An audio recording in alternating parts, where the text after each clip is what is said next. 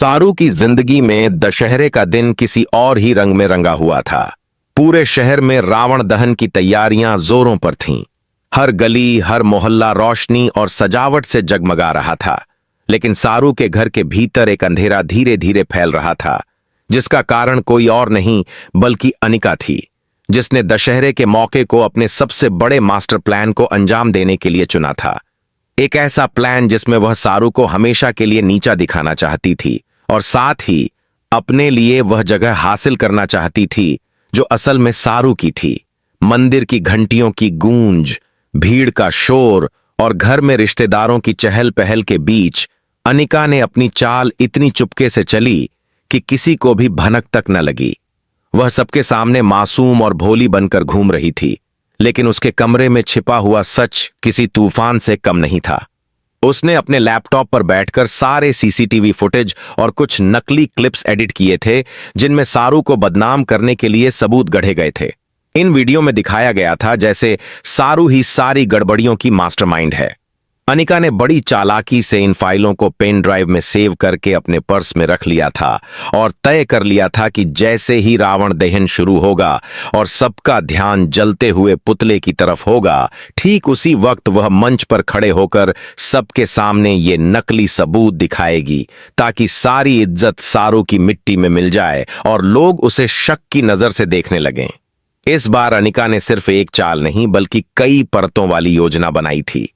उसने दशहरे की भीड़ का फायदा उठाने के लिए कुछ बाहरी लोगों को भी पैसे देकर बुलाया था, ताकि वे लोग सारू के खिलाफ नारेबाजी करें और माहौल को और बिगाड़ दें।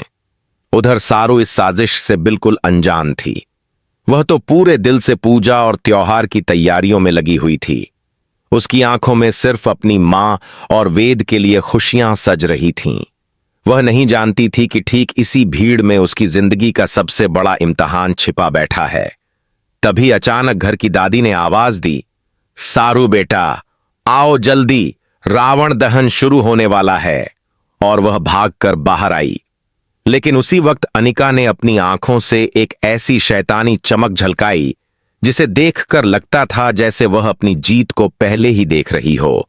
पूरे मैदान में लोग जय श्री राम के नारे लगा रहे थे, ढोल नगाड़े बज रहे थे, बच्चे पटाखे चला रहे थे और इसी शोर के बीच अनिका धीरे धीरे मंच की तरफ बढ़ी।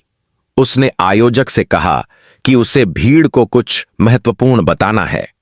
आयोजक ने सोचा कि वह किसी सामाजिक संदेश की बात करेगी, इसलिए माइक उसके हाथ में दे दिया और जैसे ही सबकी नजरें उसकी तरफ गईं, उसने नकली वीडियो स्क्रीन पर चलवा दिया।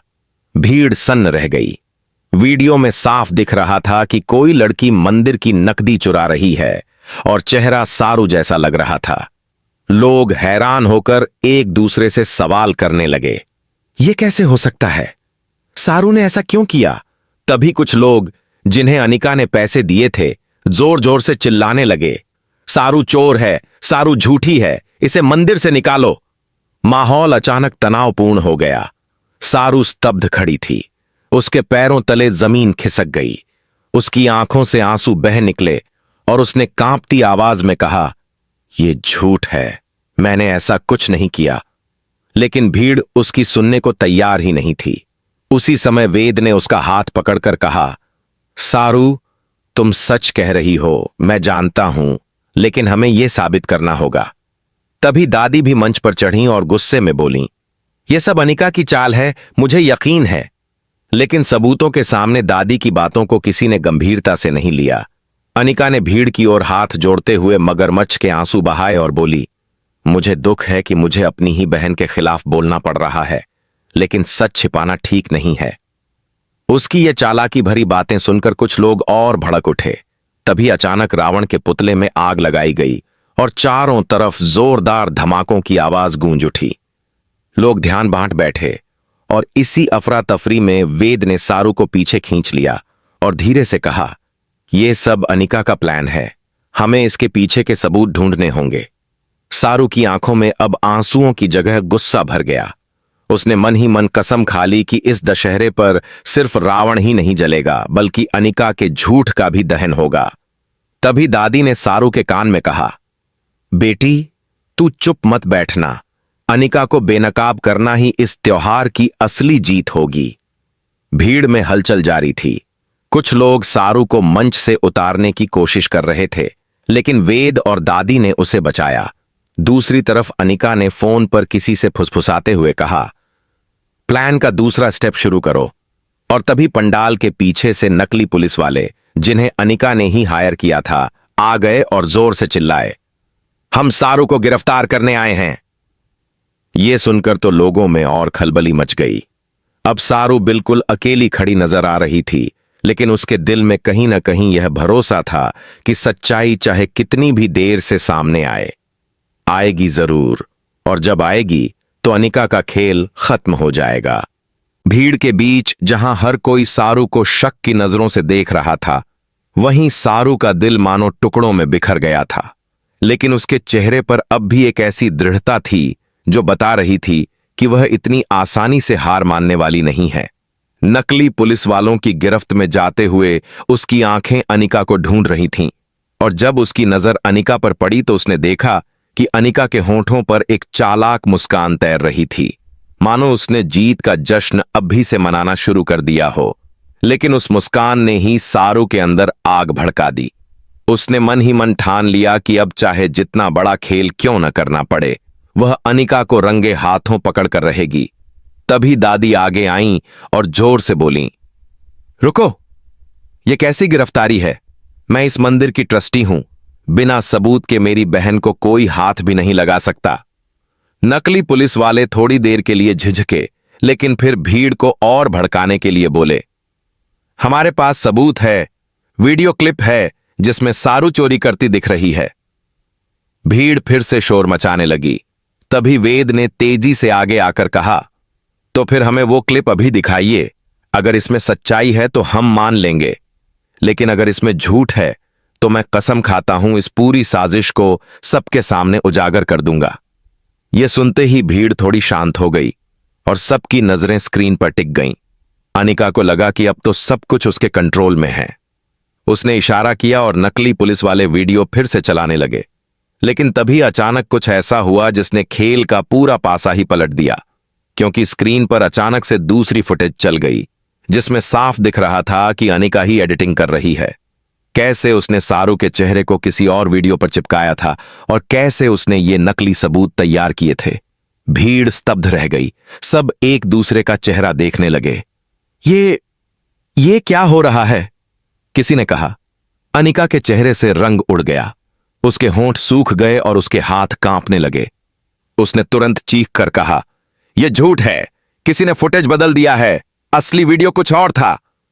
लेकिन भीड़ अब उस पर गुस्से से चिल्लाने लगी, हमें सच्चाई दिख गई है, तू ही गुनहगार है।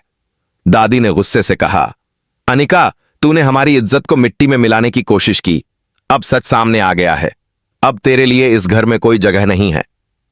तभी वेद ने बताया कि उसने पहले ही शक होने पर एक टेक्नीशियन को कहा था कि सारी लाइव फुटेज का बैकअप रखे, और जैसे ही नकली वीडियो चलाया गया, टेक्नीशियन ने तुरंत असली वीडियो स्क्रीन पर डाल दी। यह सुनकर सबने वेद की समझदारी की तारीफ की और तालियां बजाईं। वहीं अनिका का चेहरा गुस्से और शर्म से लाल पड़ गया। उसने चीखते हुए कहा, तुम सबने मिलकर मुझे फंसाया है, मैं चुप नहीं बैठूंगी, तुम सबको इसका अंजाम भुगतना होगा। और वह भीड़ से भागने लगी। लेकिन तभी नकली पुलिस वाले, जिन्हें अब असली पुलिस ने पकड़ लिया था, चिल्ला उठे, हमसे सब अनिका ने करवाया था, उसी ने हमें पैसे दिए थे ताकि हम सारू को फंसा सकें। यह सुनकर भीड़ और भड़क गई। लोग चिल्लाने लगे, अनिका को सजा दो, अनिका को बाहर निकालो। इस अफरा तफरी के बीच असली पुलिस ने अनिका को पकड़ लिया और हथकड़ी डाल दी। उसकी सारी चालें, सारे नकाब उसी भीड़ के सामने उतर गए। अब वह मासूम बनने का नाटक भी नहीं कर सकती थी। उसकी आंखों में आंसू आ गए, लेकिन अब उसके आंसू भी किसी के दिल को नहीं पिघला पा रहे थे। तभी सारू ने भीड़ के सामने हाथ जोड़कर कहा, मुझे खुशी है कि सच सामने आ गया, लेकिन मैं किसी से बदला नहीं चाहती। मैं चाहती हूं कि हम सब मिलकर इस त्योहार को अच्छाई की जीत के तौर पर मनाएं। उसके शब्द सुनकर भीड़ में सन्नाटा छा गया और फिर तालियों की गड़गड़ाहट गूंज उठी। सब लोग उसके समर्थन में खड़े हो गए।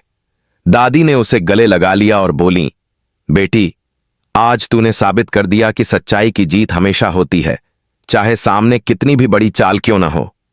वेद ने भी सारू का हाथ थामकर कहा, मैंने तुझसे वादा किया था कि तेरे साथ हमेशा खड़ा रहूंगा, और आज देख ले, हमने मिलकर झूठ को हरा दिया। सारू की आंखों से आंसू बह निकले, लेकिन इस बार ये आंसू दर्द के नहीं बल्कि राहत और खुशी के थे। उसी वक्त रावण का पुतला पूरी तरह जल चुका था और राख हवा में उड़ रही थी, जैसे आसमान भी ये गवाही दे रहा हो कि बुराई कितनी भी ताकतवर क्यों न हो, अच्छाई के आगे टिक नहीं सकती।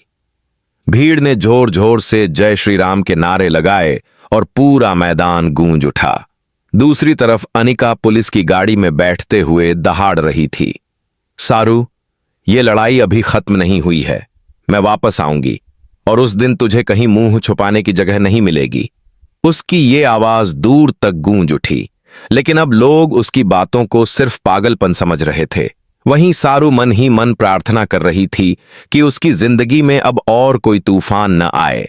लेकिन उसे यह अंदाजा नहीं था कि अनिका की ये हार सिर्फ एक शुरुआत है। असली खेल अभी बाकी है और आने वाले वक्त में उसके सामने और भी बड़े इम्तिहान खड़े होंगे। लेकिन आज के इस दिन उसने ये तो साबित कर ही दिया कि सत्य चाहे कितनी भी देर से सामने आए, लेकिन उसका प्रकाश अंधेरे को मिटा ही देता है। और इस दशहरे पर सिर्फ रावण ही नहीं जला, बल्कि अनिका के झूठ और उसके नकली मास्टर प्लान का भी अंत हो गया और सारू का नाम फिर से सबकी इज्जत का प्रतीक बन गया।